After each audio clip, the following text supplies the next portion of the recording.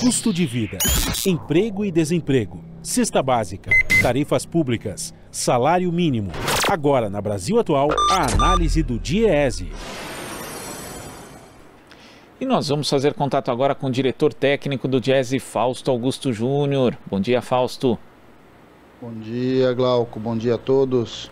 Fausto, ontem saiu uma análise da OCDE dizendo que o Brasil é a única grande economia que está em desaceleração em 2021, que é, inclusive, uma análise que se soma a outras, como a da própria pesquisa Focus do Banco Central, que aumentou a projeção de inflação para o ano e também diminuiu a projeção para o crescimento do PIB. Como é que você vê essa nova análise agora da OCDE em relação à economia brasileira, Fausto? Bem, Glauco, a OCDE ela monitora um conjunto de indicadores de um conjunto bastante grande de nações, em especial as nações desenvolvidas e em desenvolvimento, e que de alguma forma vai indicando o que a gente vai sentindo, né, na nossa economia. O Brasil foi um dos países que lidou pior com a questão da pandemia, optou por uma ideia de imunização de rebanho que claramente não deu certo, como os especialistas já avaliavam lá atrás, ou seja, a gente ainda está num nível de pandemia muito acelerado. Vamos lembrar aí que ontem a gente passou de novo a casa dos 3 mil mortos num dia.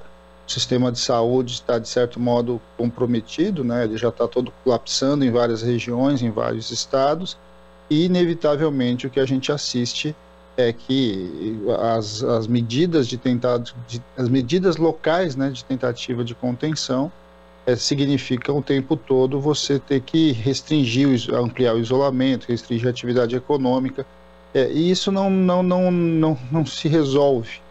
E ao não se resolver, é inevitável que a gente assista aí uma economia que não tem perspectiva, porque de fato você não sabe para onde vai, você não sabe o que vai acontecer no próximo período. E de alguma forma isso inviabiliza investimento, isso inviabiliza a retomada da atividade econômica de maneira mais pujante. O que os indicadores mostram? Os indicadores mostram que os países que melhor lidaram com a pandemia são aqueles que têm projeção de maior crescimento. E também mostra que os programas vinculados ao Estado e a indução do Estado do ponto de vista do desenvolvimento é o que vai e está puxando a economia em vários lugares do mundo. Os países que melhor lidaram com essas duas questões, de um lado a pandemia e de outro com o Estado entrando para reativar a própria economia, são aqueles que estão com projeções de maior crescimento. Vale a pena ressaltar o fato da gente, de certo modo, compreender um pouco como é que essa relação entre pandemia e economia ela está colocada. É claro que o que a gente tem assistido nos diversos países do mundo é que, como ano passado a gente teve uma retração muito grande da economia, existe até um efeito estatístico que a economia ela vai voltando, né, para a sua relativa normalidade, então isso puxa os números em geral. Mas para você conseguir compreender o passo seguinte, que é de fato os países voltarem a crescer, o impulso econômico tem que ser muito maior. O Brasil está nesse grupo de países que, de certo modo, não consegue nem repor as perdas da sua economia em relação ao ano passado, que foi um ano aí basicamente dominado pela Covid, dominado pela questão pandêmica. Como a gente não supera, nós já estamos chegando aí quase no meados do quarto mês do ano, terminando aí o quarto trimestre, e o Brasil continua como se a gente estivesse em 2020, só que com um agravante, né? Sem nenhuma das ferramentas que foi criada pelo Congresso Nacional em relação ao apoio às pessoas, às famílias, a manutenção do emprego, o apoio às empresas. Quer dizer, o Brasil, de novo, ele está atrasado nas suas políticas e, de alguma forma, muito atrasado em relação ao controle da pandemia e vacinação. E quando a gente verifica aqui, né, as projeções dos países aqui, do crescimento do PIB, enfim, da própria economia, Fausto, fica bem evidente, né, essa falsa dicotomia que se impôs aqui no Brasil entre salvar vidas e a própria saúde econômica, né, porque são países como Canadá, França, Japão, Alemanha, Itália, Reino Unido, Estados Unidos, China, Rússia, que conseguiram controlar a pandemia. O único país que pode ser comparado ao Brasil em termos de descontrole, mas ainda assim num nível bem menos pior que o do Brasil, é a Índia, que quando a gente vê aqui o número diário de mortes, né, a maior média móvel por milhão é do Brasil. Hoje a Índia fica em 6º lugar no ranking, mas ainda assim a Índia tem uma particularidade, né, porque nessa pandemia ela passou a ser muito demandada por conta da sua própria produção, inclusive de insumos para vacinas, né? É um país muito forte em termos de ciência e tecnologia e também na fabricação ali dos produtos necessários para a indústria farmacêutica, tanto para vacinação quanto também para medicamentos, assim como a China. E isso também desnuda um pouco a situação do Brasil. Nós fomos pegos nessa pandemia, né? Nós soubemos, o governo não soube lidar com a crise sanitária e também a indústria se mostrou bastante desprotegida, né? Sem condições de ter uma reação à altura e também aí, enfim, comprometendo a própria retomada da atividade econômica. A pandemia também acabou desnudando isso, né, Fausto? Toda a fragilidade da economia brasileira que foi sendo depauperada aí ao longo, principalmente dos últimos anos. Sim, sem dúvida, e principalmente a nossa incapacidade de fazer investimentos em pesquisa e tecnologia. Chama atenção o Brasil ter dificuldade no começo ali, nos meandros da pandemia, de produção de máscara, né? Algo relativamente simples e que nós não tínhamos condição de produzir no Brasil. Nós tivemos que fazer uma aceleração de vários sistemas aí produtivos para conseguir minimamente dar conta de algo muito elementar. Com relação à química fina, a gente já sabe há bastante tempo, a China e a Índia são referências aí hoje nessa produção, em especial ali na produção de fármacos, etc. E na outra ponta a gente tem um país que tem basicamente 2 fábricas de vacinação só de vacinas no Brasil, que são fábricas estatais, né? Sejam aqui em São Paulo, ligada ao Butantan, e a outra no Rio de Janeiro, ligada à Fiocruz. O Brasil, de certo modo, abandonou um investimento muito mais efetivo na indústria química, na indústria de fármacos. Predomina claramente uma relação ali, uma prioridade do mercado em relação ao setor agroexportador. Então, a gente tem muito mais fábricas de vacinas de bovinos do que de humanos, né? O setor privado não tem fábrica de vacina de humanos, a gente importa basicamente tudo isso. E quando, de certo modo, esses diversos processos foram altamente demandados, você não tinha como responder. E nós estamos respondendo de maneira bastante atrasada nesse momento. A gente percebe o dilema que a gente está vendo agora no provimento, inclusive de oxigênio, algo também de produção relativamente tranquila, mas que nesse momento começa a mostrar a questão dos insumos aí para os diversos tipos de insumos médicos vinculados aí à UTI, e tudo isso vai mostrando como que a nossa indústria, de certo modo, ela foi desorganizando nos últimos períodos, e esse processo de desorganização da indústria, de perda de elos de cadeias importantes, de certo modo apareceram aí na pandemia. Isso também tem a ver com o nosso processo aí de desindustrialização que a gente veio assistindo e que de alguma forma a pandemia colocou a nu. Chama atenção agora em relação aos números de 2021, o fato da indústria, apesar de ter vindo crescendo aí no segundo semestre do ano passado, já nesse primeiro semestre ela começa a mostrar, e também a questão da pandemia começa a atrapalhar a sua produção, então ela também começa a reduzir a sua produção.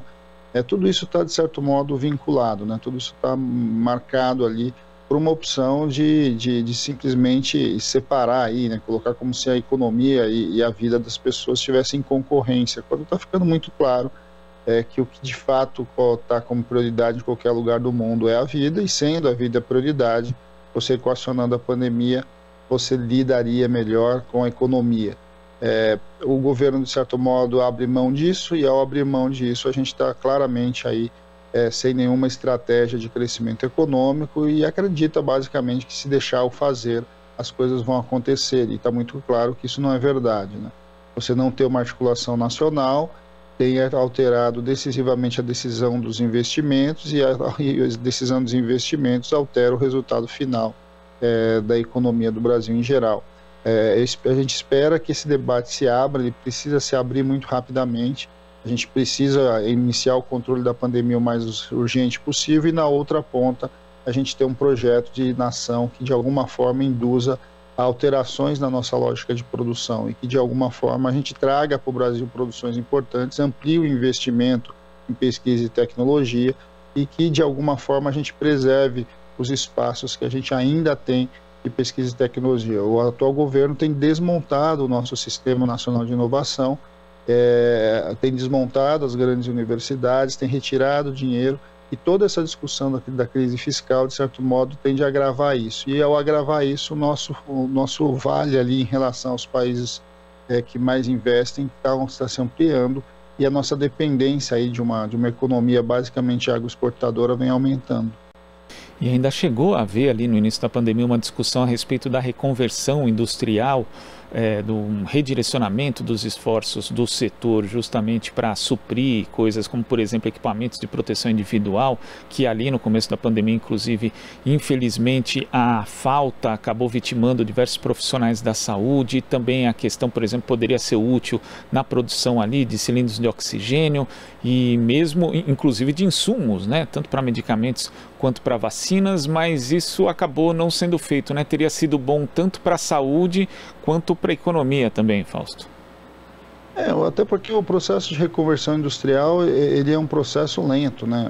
Assim, primeiro que tem que ter uma opção muito clara para isso, tem que ter financiamento, tem que ter um olhar. O que a gente viu foram ações emergenciais, foram importantes, né? Ninguém nega isso, elas foram importantes, uma ação aqui, uma ação ali, em especial nas aulas de manutenção de equipamentos médicos e tal. Mas do ponto de vista de você de fato reconverter, ou seja, de fato você sair de uma indústria que estava produzindo algo que está em decadência e entrar num setor que está demandando, como por exemplo o setor de saúde, é algo que não foi de fato colocado. Isso tem a ver claramente com uma falta de política industrial, com uma falta de política do atual governo em sinalizar também os investimentos e apoiá-los, né? E nesse caso específico a gente sabe que as compras públicas vinculadas ao SUS e etc. são incentivos bastante importantes, né? E de alguma forma tudo isso foi saindo aí pelos nossos dedos e chegamos aí já um ano depois da pandemia sem nenhuma alteração significativa. Nós, de certo modo, estamos como estávamos antes. A diferença é que a gente conhece um pouco mais agora a questão da pandemia, as necessidades de como fazer o seu enfrentamento. Mas a negação disso também atrapalha muito, porque, de certo modo, você tem um discurso do governo federal que destoa do discurso dos governadores e que, de alguma forma, a gente ainda está muito limitado. Vamos olhar, né? Se a gente pegar, por exemplo, a questão da vacinação, está muito claro que a gente chegou muito atrasado em relação à compra das vacinas. Basicamente, a vacina chinesa, a Coronavac, é a principal referência, né? Mais de 80% das vacinas que estão sendo aplicadas no Brasil estão sendo produzidas aqui pelo Butantan em São Paulo por uma opção do governo do estado que foi uma opção diferente, mas é uma opção bastante limitada, porque a gente sabe da dificuldade quando uma ou duas fábricas só tem que produzir vacina para uma população de 200 milhões de habitantes, ou seja, a gente está num daqueles momentos bastante complicados que a gente precisa resolver a questão da pandemia, mas ao mesmo tempo a própria pandemia ela escancarou todas as nossas deficiências, em especial a forma como o atual governo, de certo modo, não tem política para quase nada, né? Não tem política nem para a pandemia, muito menos uma política de organização e priorização de uma indústria nacional. Isso basicamente é a fé no mercado, e que claramente o mercado é isso. O mercado vai produzir vacina para gado, mas não vai produzir vacina para humanos. Fausto, muito obrigado pela sua participação aqui no Jornal Brasil Atual e até a próxima. Até a próxima, Glauco. Bom dia a todos novamente. Bom dia. Conversamos aqui com o diretor técnico do Diese, Fausto Augusto Júnior.